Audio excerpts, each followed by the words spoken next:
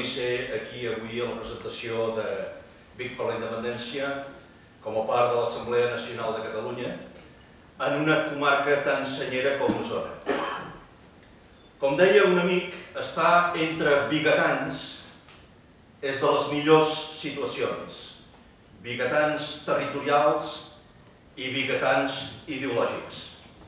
I sobretot poder participar al costat del Ramon i de la Pilarín, d'aquí, per cert, tinc molt bons records des del temps de la campanya pel retorn dels papers de Salamanca i de la Comissió de la Dignitat. Voldria dir que els catalans hem començat a viure un període apassionant, un període engrescador de la nostra història, la història del poble de Catalunya. Un període en què tots estem cridats a estar a l'alçada i no podem fallar. Un període de crisi, però alhora d'oportunitats, com agrada de dir en els emprenedors. Un període d'inquietuds i d'indignació, diríem, des d'una òptica més popular. No passa dia sense que es produeixin notícies extraordinàries, notícies sovint que ens omplen de perplexitat, però alhora d'esperança. Potser la primera raó d'aquesta esperança ha de ser el fet de constatar que les coses se'ns estan posant bé, força bé, encara que molta gent encara no ho vegi. Les enquestes ahir parlaven d'una pujada d'un 5,5% del suport popular a l'independentisme en pocs mesos, deixant-lo com a opció clarament majoritària a casa nostra. I és que, com diu en Xavier Sala i Martín, això ja s'està posant del tot insuportable. O com diu el mateix Jordi Pujol, estem davant d'un moment de la història en què hem de decidir entre ser residuals o ser independents. Però fa un instant jo parlava d'esperança.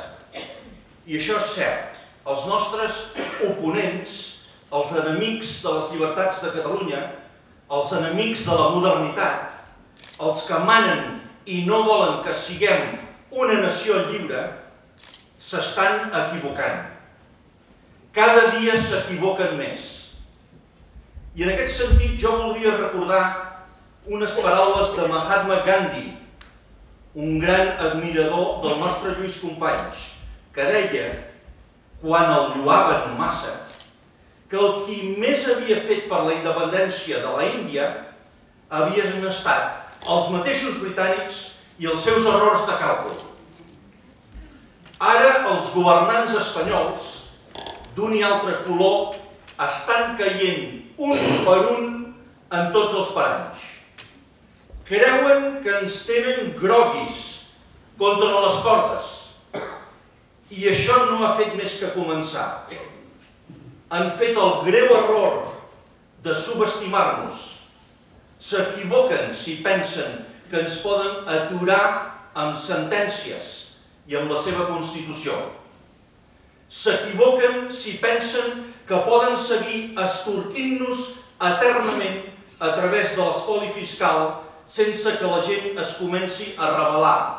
Per cert, voldria demanar-vos, ja que estem en ple territori ausetani, un fort aplaudiment per a l'empresa del Lluçanès, que el passat dia 25 van declarar públicament per aquesta via de la insubmissió fiscal, fent costat a l'Andreu i la Maria, primers insumissos fiscals catalans a Siurana. Els companys de l'empresa Ausesquem. Un aplaudiment per ells.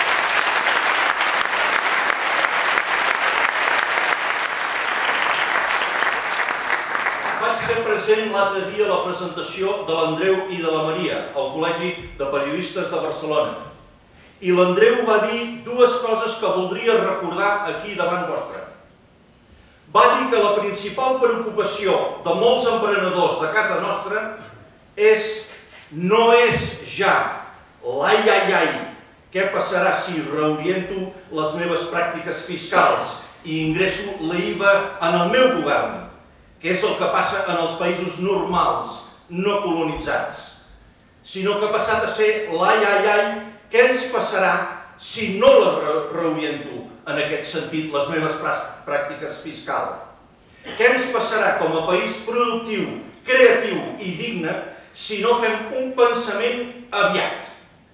I la segona cosa que va dir l'Andreu és que va comparar Catalunya amb un falcó que porta 300 anys posat damunt d'un roure i que no veu mai el moment de llançar-se a volar i que només ho fa quan l'arbre comença a cremar.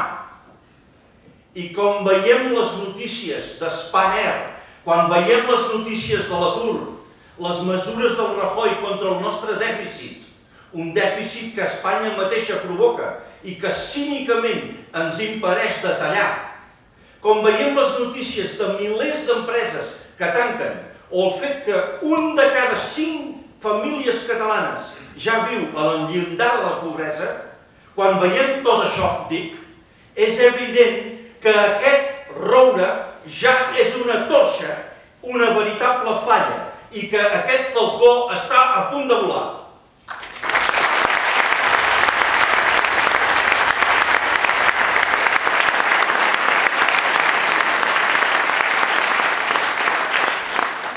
En aquest aspecte voldria llegir-vos una frase escrita darrerament per l'amic Antoni Bassas.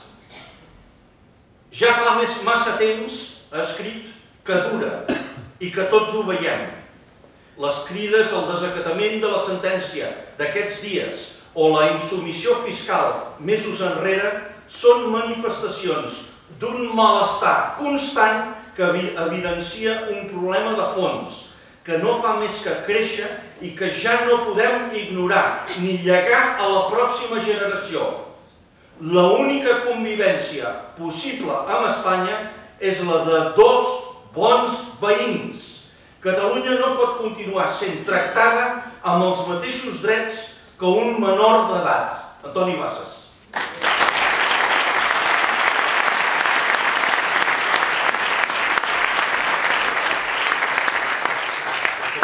Jo no us faig riure com el Pilarín, però faig el S'equivoquen, doncs, els qui creuen que ens dominaran i ens faran blincar. Ni en la nostra activitat econòmica ni en la nostra manera de ser. Per exemple, nosaltres no admetrem que es carreguin 30 anys d'immersió lingüística com si res. I ho diem des d'aquí, des del cor del territori que fou la pàtria de Jacint Verdaguer. No tocaran la nostra vida.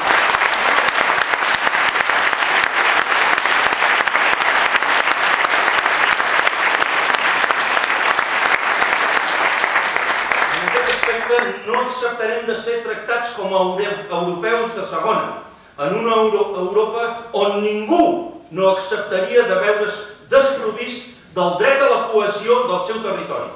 I dic acceptaria, així en condicional, perquè seria impensable, i segur que el Ramon ens donarà la raó, seria impensable que algú a Europa fos tractat com ho som nosaltres avui. Algú amb estat mai és tractat com som tractats nosaltres. Nosaltres hem d'insistir, i en això segur que hi coincidim, que som més europeus que ningú en aquesta península. Per tant, no acceptem que hi hagi països amb dret a la nacionalitat i països sense.